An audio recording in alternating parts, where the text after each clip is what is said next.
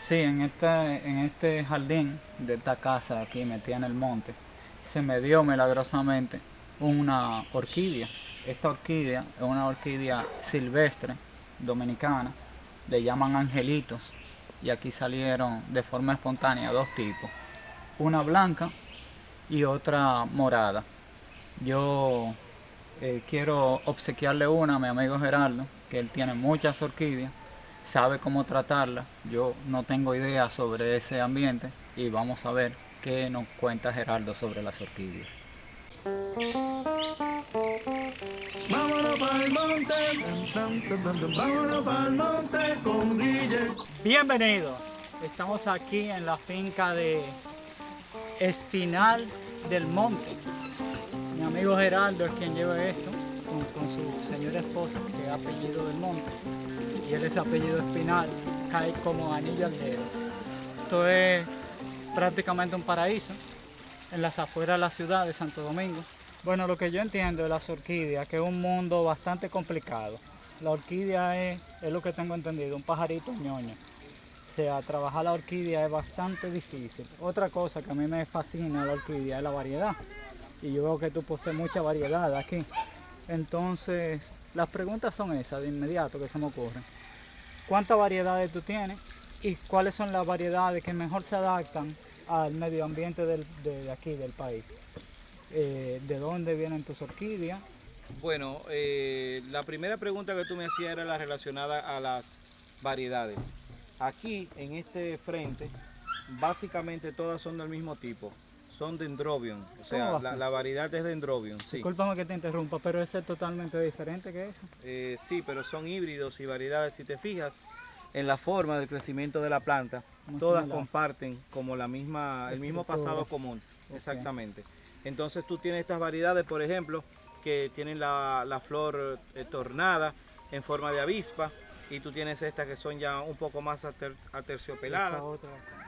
Con respecto a la procedencia, vienen de diferentes lugares. Todas estas son orquídeas comerciales e híbridos que se producen y que normalmente hay muchos países que las están produciendo. Yo creo que no es saber, por ejemplo, cuál es la variedad que se adapta. Yo creo que la pregunta debería ser cómo cuidar la orquídea para que se adapte a mi casa o a mi hogar. Porque aquí, por ejemplo, nosotros tenemos un pequeño microclima, tenemos una temperatura fresca durante todo el año, pero Con sol. con sol, exactamente, con suficiente cantidad de luz. Entonces yo lo que creo es que uno tiene que saber entender las necesidades de cada planta y darle también la oportunidad a la planta de que ella se adapte y que se acostumbre a un determinado lugar. Aquí, por ejemplo, nosotros tenemos estas plantas que la mayoría de las personas las tienen bajo techo, o sea, cubiertas. Aquí están al aire libre y ellas prosperan y florecen bastante bien. No es normal eso. Es lo normal. Que esté bueno, porque al aire libre que esté en la Exactamente. naturaleza. Lo anormal es lo que hacen los viveros, que la encierran y que manipulan el medio ambiente donde ella se encuentra para ponerla a florecer en una determinada época del año que es comercial. Como por ejemplo, para el Día de las Madres escasean las orquídeas. Entonces, ¿qué se hace en los invernaderos? Se retrasa y se les brindan todas las condiciones un mes o 2 meses antes. ¿Para qué? Para que de esa forma la orquídea florezca para la temporada donde tiene mayor valor económico y donde hay más demanda de la orquídea. Entonces eso es totalmente antinatural. Y lo que sucede es que cuando la gente la compra, rápidamente se le deteriora la planta. Esa puede ser una de las razones porque ha crecido en medio en un artificial. ambiente artificial. Tú te la llevas normalmente a tu casa, la pones en la sala, ahí ella dura unas 5 o 6 semanas con la flor y luego de pronto cuando tú quieres reinsertar esa planta de nuevo, cometes el error de sacarla a una terraza donde el sol la destruye o la humedad la destruye en cuestión de días. Entonces, ¿qué es lo que hay que hacer? A las plantas hay que ir aclimatándolas, al igual que con todo. Si tú tienes una planta y esa planta tú la tienes, por ejemplo, que la acabas de recibir y la acabas de comprar o te la regalaron, tú la pones en la sala de tu casa para exhibirla, muy bonita, pero tú tienes que saber que ella sigue siendo un ser vivo y que como tal tiene necesidades para poder mantenerse con vida. ¿Y estas qué son? ¿Esta qué va? No, eso es un tipo de clavelillo de Colombia. Ah, esto es de Colombia, no de aquí. No es de aquí. Pero Esto- se ve que es un asunto silvestre. Esta es la variedad, sí, esta es la variedad, el nombre, tú ves. Pero fíjate, es un Dendrobium Tonchai Gold, variedad Biroc. Esos son híbridos, eso ellos agarran y hacen injertos una con la otra. Ok. Y entonces de esa manera ellos consiguen, por ejemplo, Mira, que viene- sea blanca, viene acá. sí, que sea blanca con un puntico rojo, o que sea rojo con pestañitas blancas, dependiendo del cruce. ¿Cuántas veces al año te florecen? No, aquí ellas florecen el año entero. Wow. Nosotros le preparamos un cóctel que incluye fertilizantes, que incluye también vitaminas, que incluye los minerales que ellas necesitan, y ellas se consienten y se cuidan dándole ese cóctel cada 2 semanas. Pero también sí, ellas se pueden adaptar a las condiciones, porque por ejemplo estas estuvieron mucho tiempo en la sombra y cuando se sacaron afuera, por la alta humedad y también por el exceso de sol, ellas como que cogieron un poquito de hongo y entonces ahora las estamos tratando para cuidarlas un poco mejor, porque eso ellas son muy susceptibles a que si hay mucha humedad las hojas se pongan amarillas. Yo veo que tú le pones estas piedrecitas. ¿Cómo se llaman esas piedras? Gravilla, Grava, eso es gravilla. pero yo veo otra gente, por ejemplo la hermana de Reina, Jenny, le pone carbón. Sí, porque el carbón también funciona. Lo que tú quieres es una superficie donde la planta pueda enraizar. Ajá, el carbón también tiene las propiedades de que mantiene la humedad, que ayuda con eso. Y si tú te fijas, es un vegetal. Y entonces ellas se adhieren a cualquier materia orgánica. Por ejemplo, si te fijas aquí, te podrás dar cuenta que las raíces Está pegada la mata están bamba. pegadas y la corteza de la mata es como quien dice el medio desde el cual ellas se están nutriendo. Solo de la corteza. No parasita a la mata. No, de mano. no es parásita, aunque en principio lo está haciendo, pero ella no le afecta a la salud de la planta. Otro aspecto importante que yo he visto con el tema de la orquídea, la gente siempre tiene este palo.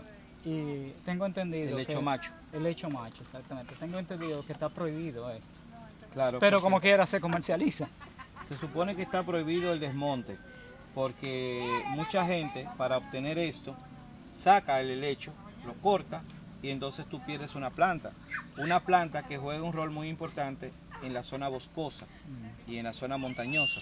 Entonces sí, está prohibida la comercialización.